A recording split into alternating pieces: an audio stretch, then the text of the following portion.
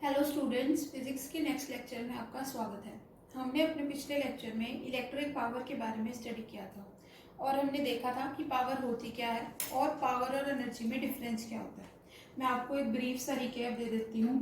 Power होता है energy per unit time, rate of energy flow per unit time की एक पर्टिकुलर टाइम में कितनी एनर्जी का सप्लाई किया जाता है, वो क्या होता है, वो हमें बताता है कि पावर कितनी है। और एनर्जी तो सिंपली कि आप कितना काम करते हो, इज दैट एनर्जी। और दूसरी चीज हमने क्या की थी कि ये जरूरी नहीं है कि जिस पार्टिकल के पास एनर्जी ज्यादा हो उसकी पावर भी ज्यादा ही हो।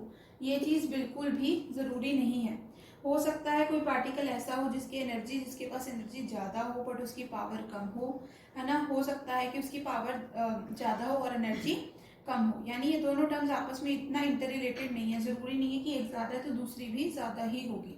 हमने ये सब कुछ स्टडी किया था पावर के बारे में। फिर हमने क्या किया था, फिर हमने पावर का फॉर्मूला निकालने की कोशिश की थी। पावर का फॉर्मूला हमने कैसे निकाला था। अब यहाँ पे जो एनर्जी होती है, एनर्जी भी क्या होती है, एनर्जी एक तरीके की हीट ही होती है। ठीक है, एनर्जी क्या होती है, एनर्जी एक तरीके की हीट ही होती है। हीट और एनर्जी दोनों सेम चीज ही है।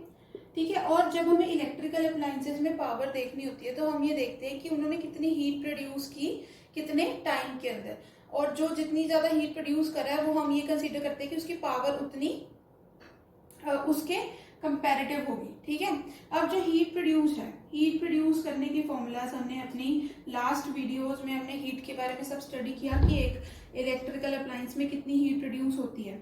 और हमने हीट के रिलेटेड बहुत सारे फॉर्मूलाज भी देखे। जैसे हीट के रिलेटेड एक फॉर्मूला क्या था, वी आई इंटू टी। एक और फॉर्मूला क्या है, V square divided by R into time. और एक और फॉर्मूला क्या है, आई स्क्वायर आर टी।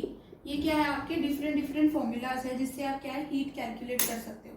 अब जैसे कि पावर का फॉर्मूला है हीट पर यूनिट टाइम, तो यहाँ पे आप हीट का कोई मर्जी फॉर्मूला पुट करो, आपके पास पावर के उस हिसाब से फॉर्मूले आते जाएंगे। जैसे अब मैं आपको पावर का फॉर्मूला निकालना सिखाती हूँ। पहला है V I divided by T, इसको टाइम से आप डिवाइड कर दो। ठीक है, टी से टी कैंसिल हो जाएगा, पावर का पहला फॉर्मूला आपके पास आ गया। पावर को आप रिप्रेजेंट करते हो पी से, पावर का पहला फॉर्मूला आपके पास आ गया वी इंटू आई। नेक्स्ट आप क्या पुट करो, V square divided by R into time.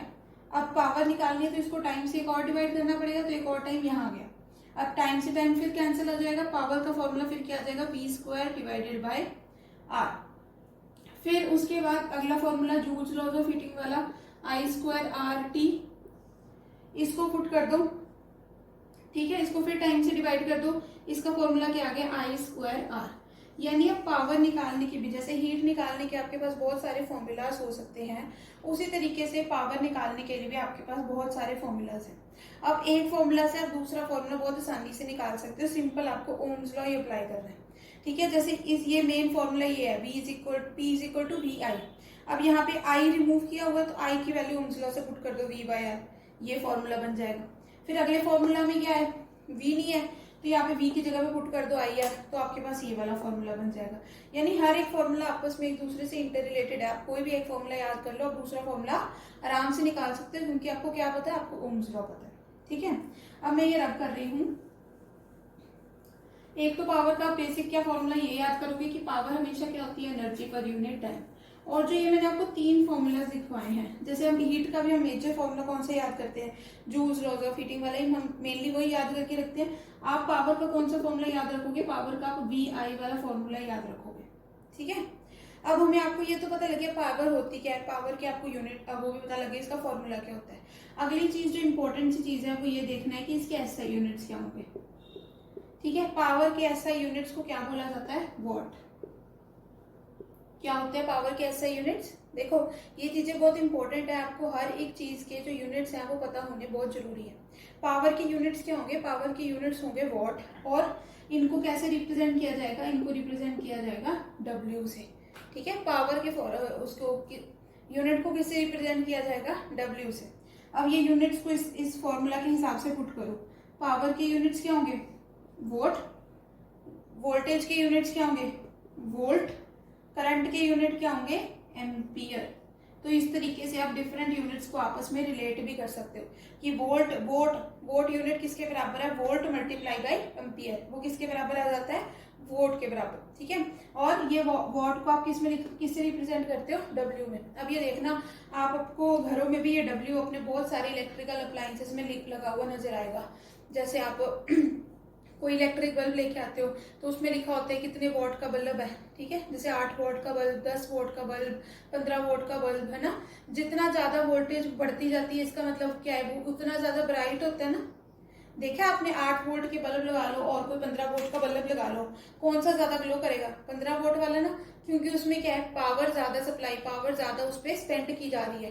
तो उस पर पावर अगर आप ज्यादा स्पेंड कर रहे हो इसका मतलब वो आपको 1 यूनिट टाइम में ज्यादा एनर्जी देगा, ठीक है। ज्यादा एनर्जी देने से यह मतलब है कि वो ज्यादा ग्लो करेगा। इसका मतलब तभी हम ये होता है ना कि अगर हमें ज्यादा यूनिट, ज्यादा हमें रोशनी चाहिए मान लो अपने कमरे में, इसलिए हम ज्यादा वॉट का बल्ब लेके आते हैं, क्योंकि ज्यादा वॉट का बल्ब ज्यादा एनर्जी देगा एक पर्टिकुलर टाइम में। उसका मतलब कि आपका जो कमरा है, वो बल्ब है, वो ज्यादा ग्लो करेगा और आपके कमरे में ज्यादा रोशनी होगी, ठीक है। तो ये तो हुई यूनिट्स की बात। अब यूनिट से बाद अगला चीज जो हम हमेशा, हम अपनी हर एक क्वांटिटी जो भी हम कैलकुलेट करते होते हैं उसमें एक इंपॉर्टेंट चीज हम क्या करते होते हैं, हम ये देखते होते हैं, जैसे हमने वोल्टेज किया तो हमने ये देखा ना कि 1 वोल्ट की क्या डेफिनेशन है, उसी तरीके से हम 1 वॉट की डेफिनेशन भी करेंगे। अब देखो वोट को किस तरीके से रिलेट किया गया है, पावर क्या है, V इंटू आई। अब 1 वोट आपने निकालना है तो 1 वोट कब आएगा, जब 1 यूनिट क्या हो पोटेंशियल और उसमें 1 यूनिट ही क्या हो करंट, ठीक है। ये हो गया आपका watt. 1 watt is equal to 1 volt multiply by 1 ampere, simple सी चीज है। अब मैं 1 वोट की डेफिनेशन लिख देती हूँ फिर आपको समझाऊंगी। It is power consumed by a device, it is power consumed by a device that carries 1 ampere current when operated at potential difference of 1 volt. When operated at potential of 1 volt, ठीक है। ये simple सी चीज क्या है, अब ये definition क्या है, सिंपल मैंने जो ये ऊपर मैथमेटिकल एक्सप्रेशन बनाया ना उसी को मैंने इंग्लिश के फॉर्म में लिखने के लिए ये डेफिनेशन बना दी है। अब ये देखो इस तरीके की डेफिनेशन बहुत ज्यादा इंपॉर्टेंट है, ये आपके पेपर्स में आ सकती है, ठीक है।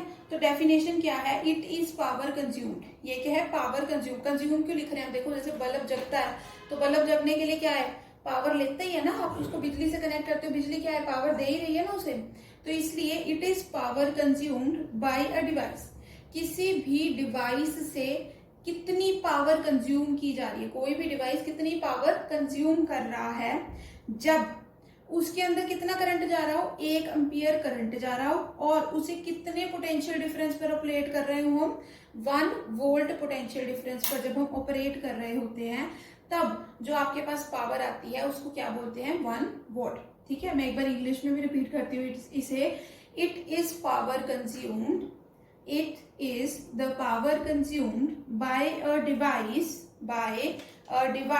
That carries 1 ampere current when operated at potential difference of 1 volt. यानी जब आप किसी डिवाइस पे 1 यूनिट करंट फ्लो कराओ, उसको 1 वोल्ट के पोटेंशियल डिफरेंस पर अप्लाई करो, तब उसके अंदर कितना अमाउंट ऑफ पावर कंज्यूम हो रहा होता है वो आपको देता है 1 वोल्ट, ठीक है।